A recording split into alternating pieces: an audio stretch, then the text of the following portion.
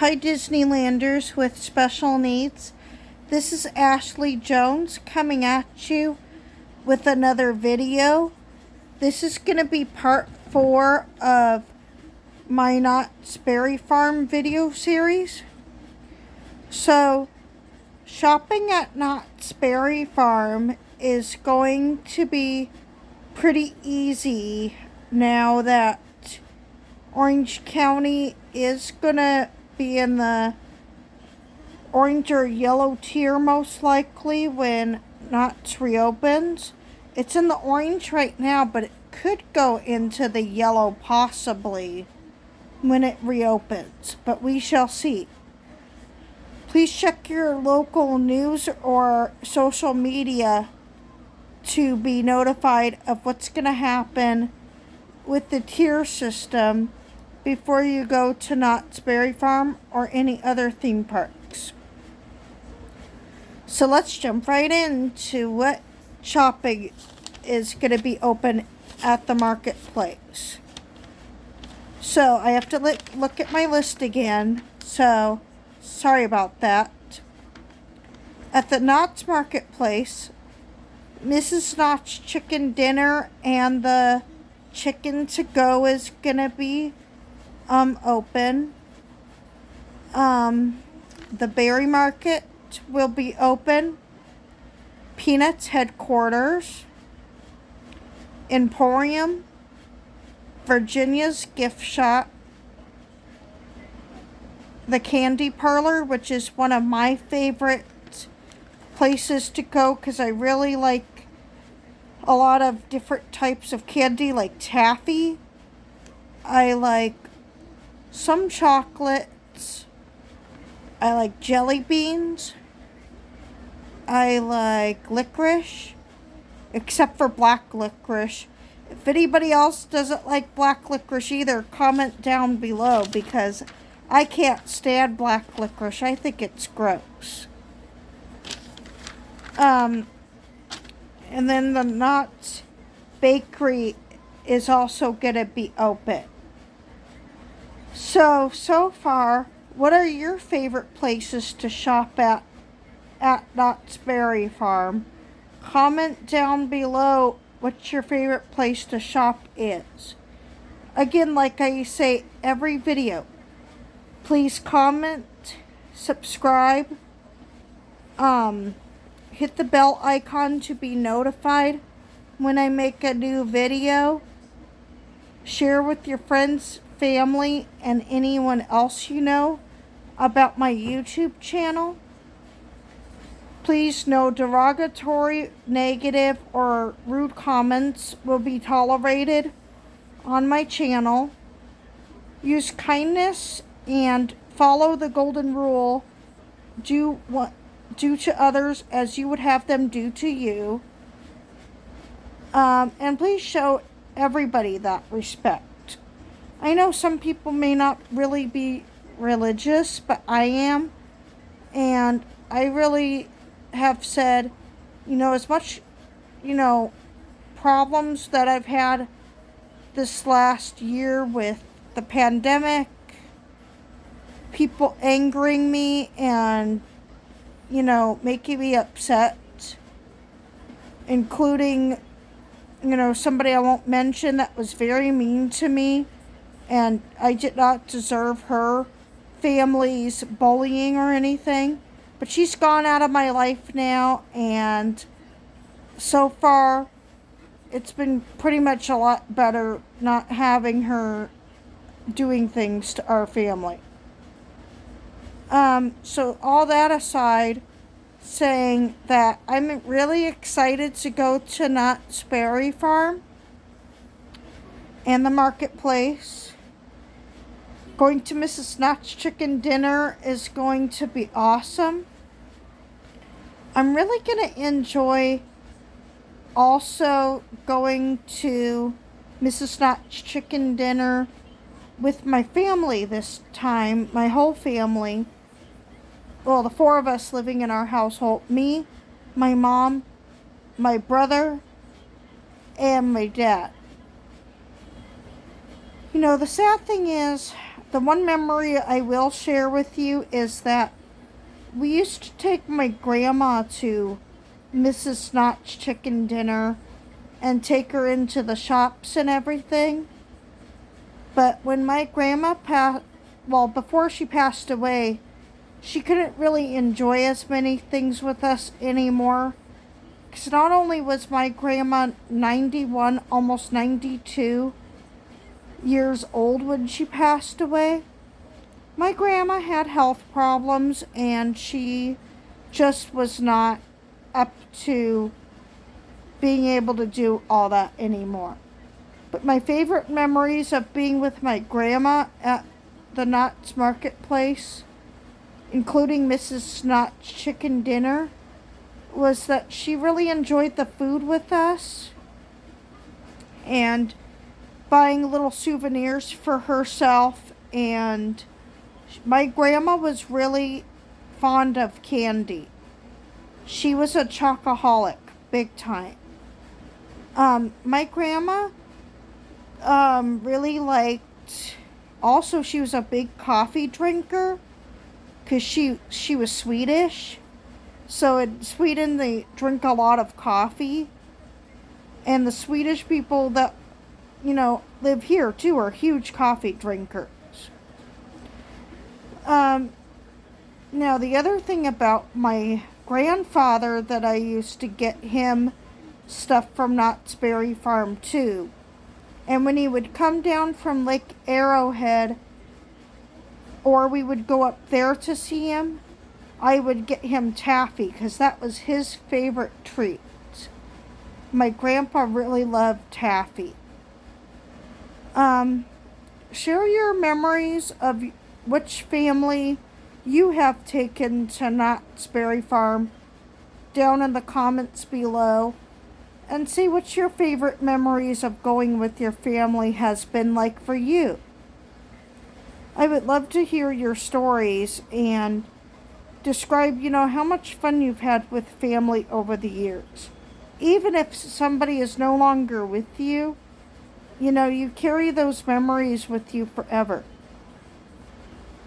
So far in these past few videos, I've also said how, this COVID-19 virus is finally, it's not done yet. We've got a little ways to go. But now with so many people finally getting vaccinated all the way, and many people still got their first shot, awaiting their second one, I'm really proud of those people who have done what they needed to do and gotten the vaccines, because now we're at a point where things are going to get better for us as a country, but we are not done with our mission yet. Unfortunately, time is going to come where we're going to have to say to people, I've already told a few people that I've known, this is what's the problem. You will not get the virus from the vaccines. There is no way you can get the virus from the COVID-19 vaccines, because it doesn't have any of the virus inside the vaccine. Also, you still got to maintain proper hand washing, face mask wearing. You can wear your face mask outside in public, except for going inside places without your mask, if you are fully 100% done being vaccinated. Otherwise, you still need to be really careful, because we really don't want to see anybody getting sick. Also, comment down below, but remember, no negative or mean comments down below if you think that people are afraid of getting the vaccine because of media, because of their thinking, and because they just probably don't understand, certain things about the vaccine. But I'm here to tell you that I can never force somebody to get the vaccine, and I'm not trying to. So please understand that and do not criticize me. I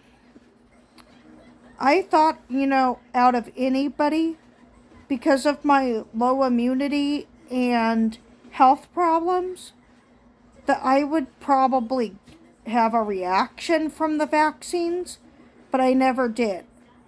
I got the Moderna shots, and the thing was, yes, I got the sore arm for like 4 days each time, but that's totally normal, and there's nothing to panic about when you get soreness in your arms.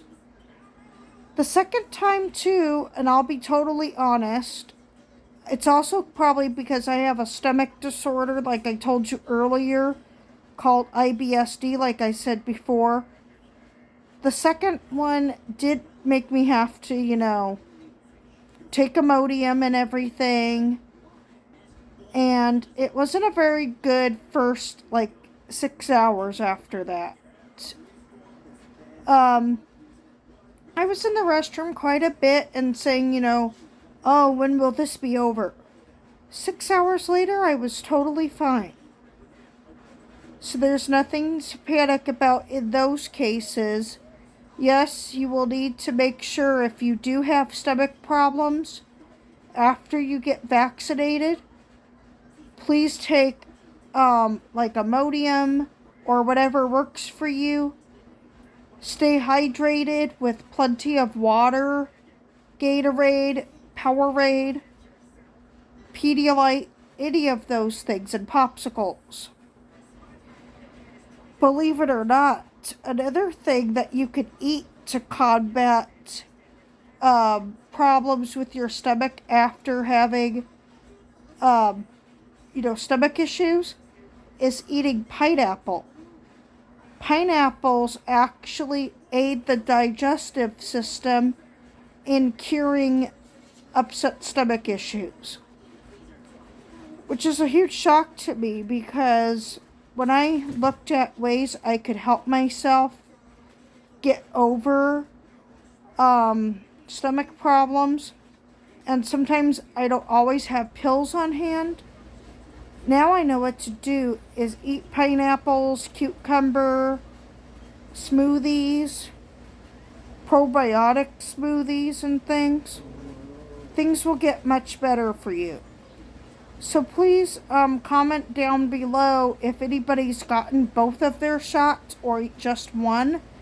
That if you had any problems with the vaccine so far, I'm here to talk, because I totally can relate to anybody who might have had a few little underlying issues. The other thing that is advisable to do after you are fully vaccinated is, yes, you can go see family and friends and stuff again, but please be advised that if you do start showing signs of anything, even a little infection of some kind from something else, like, a respiratory infection or something, then it's best just to not go around people, because they might mistake you for having something else like COVID when you don't have anything but a little viral or respiratory infection or something like that. Also, the best thing we can do right now too is remember not to, go too close to people on the streets that are,